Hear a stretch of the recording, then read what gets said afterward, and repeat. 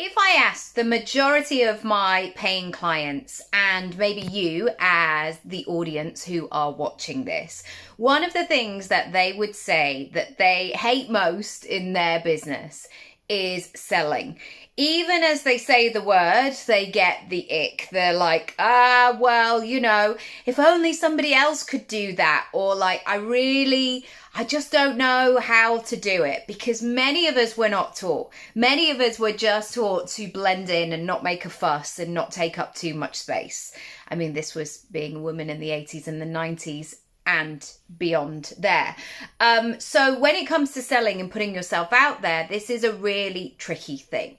And another thing that is associated with this is this sense that we are taking something from somebody else. We are taking their money.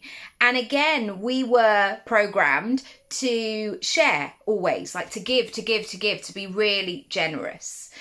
Now, the act of selling is that you have something and you sell it to another person and they give you money, and that is the exchange. That is the transaction. That is a business deal.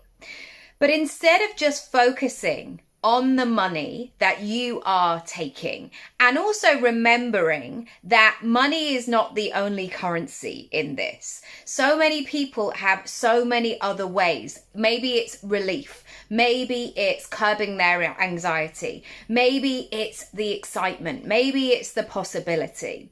I want you to think about those purchases that you've made.